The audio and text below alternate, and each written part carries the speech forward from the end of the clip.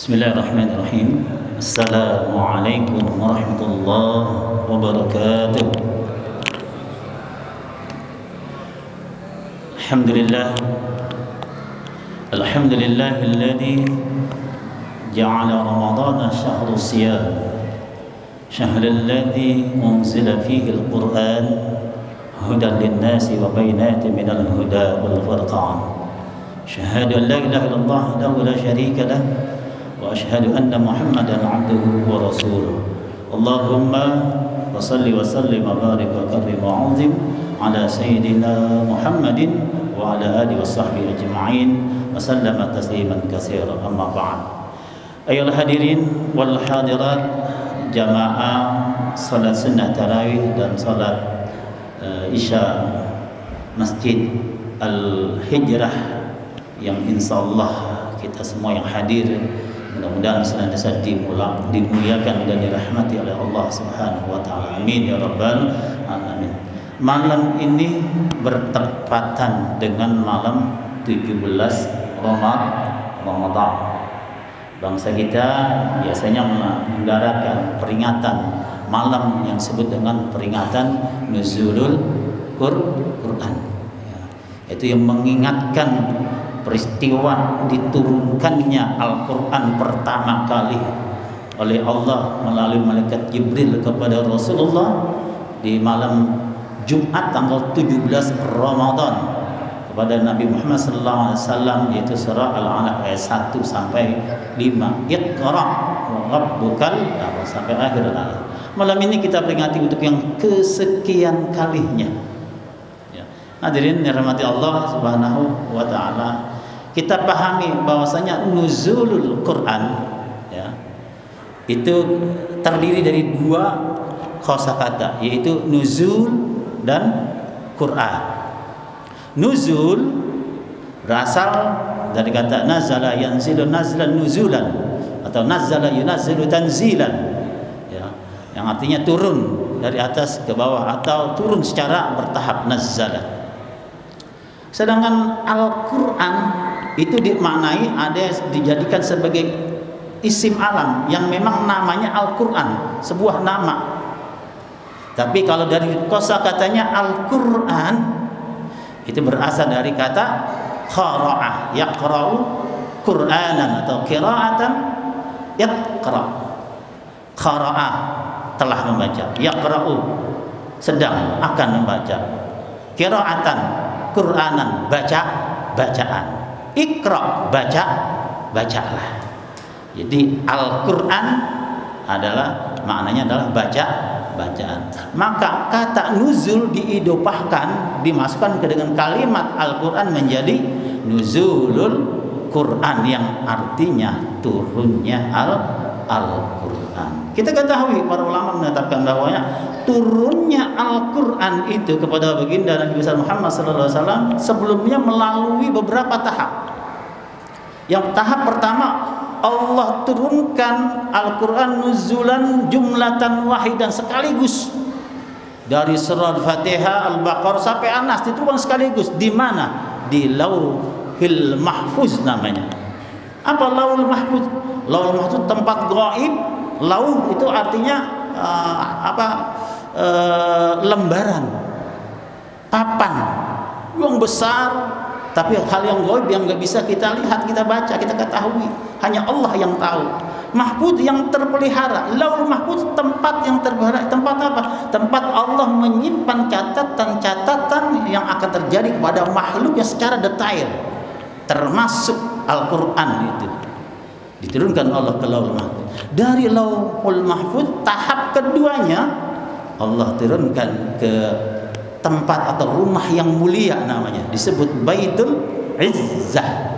Baitul Izzah, rumah yang mulia, yaitu langit pertama. Itu pun diturunkan nuzul jumlatan wahidah. Allah turunkan satu sekaligus 30 juz, 114 surat, 6.666 ayat, 367.000 sekian huruf Allah turunkan sekaligus di Baitul Izzah. Nah, Dari Baitul Izzah inilah Allah turunkan ke baginda Nabi besar Muhammad sallallahu alaihi wasallam secara bertahap. Nuzulan munazzalan artinya diturunkan secara sedikit-sedikit, dicicil, bertahap, berangsur-angsur selama 22 tahun, 2 bulan, 22 hari atau digulatkan menjadi 23 tahun. 13 tahun Jibril menurunkan ke Nabi di Makkah dan 10 tahun di Madinah. Ini sekilas tentang nuzulul Quran. Nah, sebelumnya Allah sebelum menurunkan Al-Quran menurunkan juga kitab samawi. Arti kitab samawi, kitab yang berasal dari Allah, asli dari Allah, bukan buatan tangan manusia. Apa kitab samawi yang sama dengan Al-Quran itu yang berasal dari Allah? Kita kenal yang namanya Taurat. Ada lagi apa, Bu? Zabur. Ada lagi Injil. Wah, Injil. Ada Injil apa? Turunlah. Yang terakhir baru Al-Quran. Taurat Allah turunkan Nabi Musa. Sekaligus selesai Nabi Musa nggak berlaku lagi, turun lagi kepada Nabi Daud melalui kitab yang namanya Zabur. Zabur selesai, Allah turunkan lagi yang namanya Injil. Kan Nabi Isa. Itu kitab samawi semua yang harus kita imani bahwa itu benar dari Allah. Karena itu kitab samawi. Injil selesai, Allah sempurnakanlah, Allah lengkapilah dengan kitab suci yang terakhir yang paling mulia, yaitu Al-Quran sebagai pelengkap kitab-kitab sebelumnya, sebagai penanda bahwa kitab-kitab sebelumnya sudah enggak berlaku, maka yang berlaku yang paling lengkap, yang paling sempurna, yaitu Al-Quran. Uniknya hanya Al-Quran saja tuh dari 4 kitab Allah itu yang Allah jamin, yang Allah langsung katakan, aku yang nurunkan, aku yang jaga. Nahnu nazzalna dzikra wa nahnu laha, aku yang nurunin Al-Quran dan aku yang jaga. Taurat, Zabur, Injil enggak dikatakan kayak gitu. Karena itu Taurat, Zabur, Injil, terutama Injil, kitabnya saudara kita Nasrani, itu mengalami perubahan berkali banyak sehingga jenis Injil sekarang itu banyak. Dan itu hasil tangan-tangan orang-orang, ya, bukan dari Allah. Injil sekarang tidak ada yang asli sudah. Ya. 3 kitab Taurat, Zabur, Injil enggak dijamin sama Allah, enggak terpelihara sama Allah. Karena itu bisa diubah Taurat, Zabur, Injil. Tapi Al-Quran dari 14 abad yang lalu enggak pernah ada satu orang ahli bahasa, ahli sastra yang bisa membuat yang sejenis dengan Al-Quran. Enggak ada yang mampu. Sampai detik ini nih, enggak ada orang yang bisa membuat satu ayat pun yang percis seperti Al-Quran. Kenapa? Emang Allah sudah jamin, Allah yang jaga, Allah yang melihara Al-Quran sampai kiamat nanti. Profesor, dokter manapun enggak ada yang bisa, enggak ada yang bisa membuat. Dan lebih hebatnya lagi Al-Quran, satu-satunya kitab suci yang di awal sudah mendeklarasikan, nih aku kitab yang gak akan bisa ada yang ngubah, nih aku kitab yang gak ada keraguan di dalamnya, nih aku kitab yang absolut kebenarannya, yaitu Al-Quran. Karena itu dalam surah Al-Baqarah ayat 2 Allah berfirman, dzalikal kitabu la raiba fihi hudal lil muttaqin. Kata Allah, dzalikal kitab, ini kitab, ini Al-Quran, la raib, tidak ada keraguan. Tidak ada keraguan. Pak, enggak ada kitab siapapun, agama manapun yang di awal udah ngomong ini buku, ini kitab, enggak ada keraguan, enggak ada. Cek kitab mana? Enggak ada. Tapi Al-Quran berani langsung. Kenapa? Emang Al-Quran dari Allah, bukan hasil tangan manusia. Kitab suci murni dari Allah, langsung mengatakan nggak ada keraguan, nggak ada yang ragu, berani.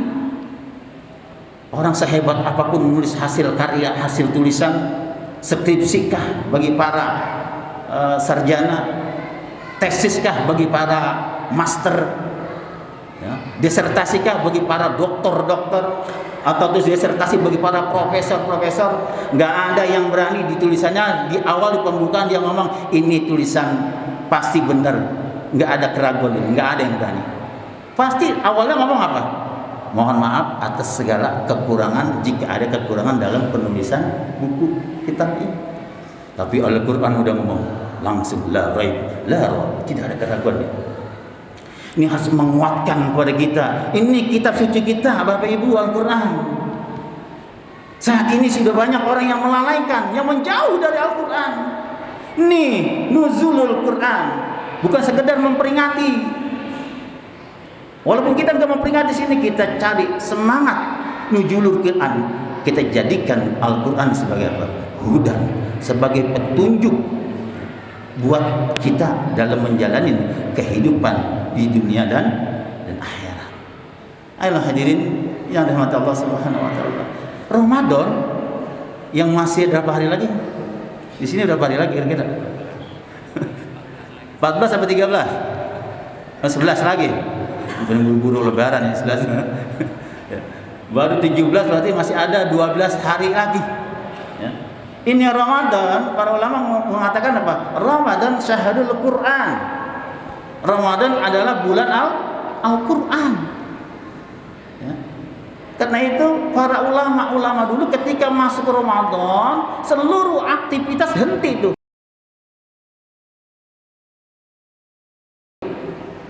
Imam Malik, gurunya Imam Syafi'i, ketika masuk Ramadan, biasanya 11 bulan dia kaji keilmuan fikih. Dia ahli fikih, dia ahli hadis. Tapi masuk Ramadan ditutup kajian fikih, ditutup kajian hadisnya, dia fokus dengan Al-Quran. Ngapain? Hanya menghatamkan berkali-kali, hanya membaca berkali Al-Quran. Kenapa? Memang inti masuk Ramadan itu hubungan kita dengan Al-Quran bukan mentadaburi, bukan mempelajari tafsirnya, bukan. Itu 11 bulan. Di Ramadan sunnahnya kita banyakin baca Al-Quran. Sunnahnya kita suruh khatamin Al-Quran.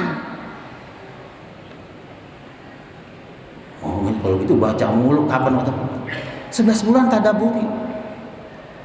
Qiraah, tilawah maupun muntadaburinya itu boleh saja, tapi fokus. Ya. Sunnah Nabi di Ramadan perbanyak baca, perbanyak khatamin Al-Quran. Seperti para tabiin, para orang soleh terdahulu. Kita melihat salah seorang tabiin, murid dari Anas bin Malik radhiyallahu an, khadim dari Rasulullah sallallahu alaihi wasallam, bernama Imam Qatadah. Imam Qatadah di luar Ramadan dia menghatamkan Al-Quran setiap 3 malam hatam. Ketika masuk Ramadan, fi kulli lail, setiap malam Imam Qatadah hatam Al-Quran. Masya Allah, setiap malam Bapak, bukan sebulan. Jauh banget kita mah, jauh. Begitu juga seorang tabi'in yang bernama As'ad bin Sufyan, dia menghatamkan Al-Quran setiap apa? Fi kulli lailatin, setiap 2 malam. Berarti kalau Semarang udah 17 nih, malam 17 berarti sudah 8 kali hatam. Tapi ternyata saat ini banyak juga loh saudara-saudara kita, ikhwan akhwat yang sudah hatam 10 kali baru malam ke-17. Dahsyat, luar biasa. Masya Allah. Begitu juga Imam Muhammad Idris Asy-Syafi'i yang kita kenal dengan Imam Syafi'i radhiyallahu an. Imam Syafi'i ketika di luar Ramadan dia hatam Al-Quran setiap sehari semalam sekali Al-Quran hatam. Akan tetapi wa kana Syafi'i fi kulli syahri Ramadan yahtimu 60 khatmah. Imam Syafi'i ketika masuk Ramadan dia menghatamkan Al-Quran itu 60 kali hatam. Masya Allah, 60 kali hatam berarti siang sekali, malam sekali. Lalu kita Sekali hatam sebulan kagak cukup waktunya. Masih ada yang lewat baru juz 20. Di sini ada yang udah hatam 5 kali. Imam Hafid Ustaz, belum juga. Sama, yang ngomong juga sama. Ini buat motivasi kita. Hadirin dirahmati Allah Subhanahu wa taala. Orang-orang terdahulu memang sangat mengerti hadis Nabi, khairukum man ta'allama al-Qur'an wa 'allama. Sebaik-baik di antara kita ini, ya, kalau ditanya siapa sih yang terbaik di antara umatnya Nabi Muhammad itu? Apakah yang punya jabatan? Apakah para pejabat atau orang kaya? Orang yang dermawan? Orang yang ganteng, yang terkenal, yang tenar? Bukan. Orang yang terbaik di antara kita adalah khairukum man ta'allama al-Qur'an wa 'allama. Orang yang belajar Al-Qur'an dan mengajarkan Al-Qur'an, terutama di bulan Ramadan. Ya, masih ada 12 hari ya. Saya ingetin teman-teman jamaah semua. Mumpung Allah masih memberikan waktu ke kita, masih ngasih panjang umur, masih sehat, jangan sampai seumur hidup kita enggak pernah kita menghatamkan Al-Qur'an. Jangan sampai itu ayat Al-Qur'an yang Allah turunkan ribuan tahun yang lalu sampai detik ini umur kita enggak pernah membaca. Ada bagian Al-Qur'an yang belum kita baca. Niatkan malam ini, jika tahun-tahun yang lalu belum pernah menghatamkan Al-Quran, niatkan malam ini, tahun ini Ramadan ini harus hatam Al-Quran. Karena kita enggak tahu Ramadan besok kita masih ketemu atau enggak dengan Ramadan. Ramadan tetap jalan, tetap ada, tapi kita belum tentu ada di Ramadan mereka. Nah itu, ya, mari kita jadikan malam nuzulul Quran ini untuk berlomba-lomba sebanyak-banyak yang membaca Al-Quran, berinteraksi dengan Al-Quran, menghatamkan Al-Quran. Karena sesungguhnya apapun yang dikaitkan, yang berhubungan dengan Al-Quran, pasti akan dimuliakan oleh Allah Subhanahu wa ta'ala. Terakhir saya katakan, Bapak Ibu, apapun yang ada hubungannya, kaitannya dengan Al-Quran, pasti dimuliakan oleh Allah Subhanahu wa ta'ala. Kita lihat waktu aja, kalau dia hubungan dengan Al-Quran, jadi mulia tuh waktu. Saya tanya, waktu atau bulan paling mulia bulan apa? Ramadan. Kenapa bulan Ramadan disebut bulan paling mulia? Karena di bulan Ramadan, syahrul Ramadan unzila fihil Qur'an. Karena di bulan Ramadan diturunkan Al-Quran. Ramadan mulia bukan karena Ramadannya, tapi karena di bulan itu turun Al-Quran. Malam 360 malam dalam satu tahun, malam apa yang paling mulia? Kita cek, malam apa? Malam Minggu. Malam Lailatul Qadar khairum min alfi syahr. Satu malam lebih baik dari 1000 bulan. Kenapa malam Lailatul Qadar paling mulia? Dijelaskan dalam Al-Qur'an, inna anzalnahu fi lailatul qadar. Aku turunkan Al-Qur'an pada malam Lailatul Qadar. Jadi lagi-lagi Al-Qur'an karena Al-Qur'an. Jadi Lailatul Qadar mulia karena di malam itu diturunkan Al-Qur'an. Itu waktu, tempat sekarang. Tempat di dunia ini mana yang paling mulia? Mekah, Madinah, yang disebut Haramain, dua tempat yang mulia. Kenapa Mekah, Madinah menjadi tempat yang paling mulia? Salah satu waktunya adalah karena di dua tempat itulah Allah turunkan Al-Quran 23 tahun. Mulia Mekah, Madinah karena tempat itu Allah turunkan Al-Quran. Jadi lagi-lagi gara-gara Al-Quran jadi mulia. Bahkan malaikat, makhluk gaib, di antara jutaan malaikat yang Allah ciptakan, siapa malaikat yang paling mulia? Malaikat Jibril alaihis. Kenapa Jibril paling mulia? Karena Jibril punya tugas khusus menyampaikan Al-Quran kepada Rasulullah. Lagi-lagi Al-Quran. Malaikat aja jadi mulia karena Al-Quran. Bahkan manusia, Nabi paling mulia di muka bumi. Dari ribuan nabi yang ada, baginda Nabi besar Muhammad sallallahu alaihi wasallam yang paling mulia. Kenapa? Karena Nabi punya mukjizat tertingginya, terbesarnya, yaitu Al-Qur'an.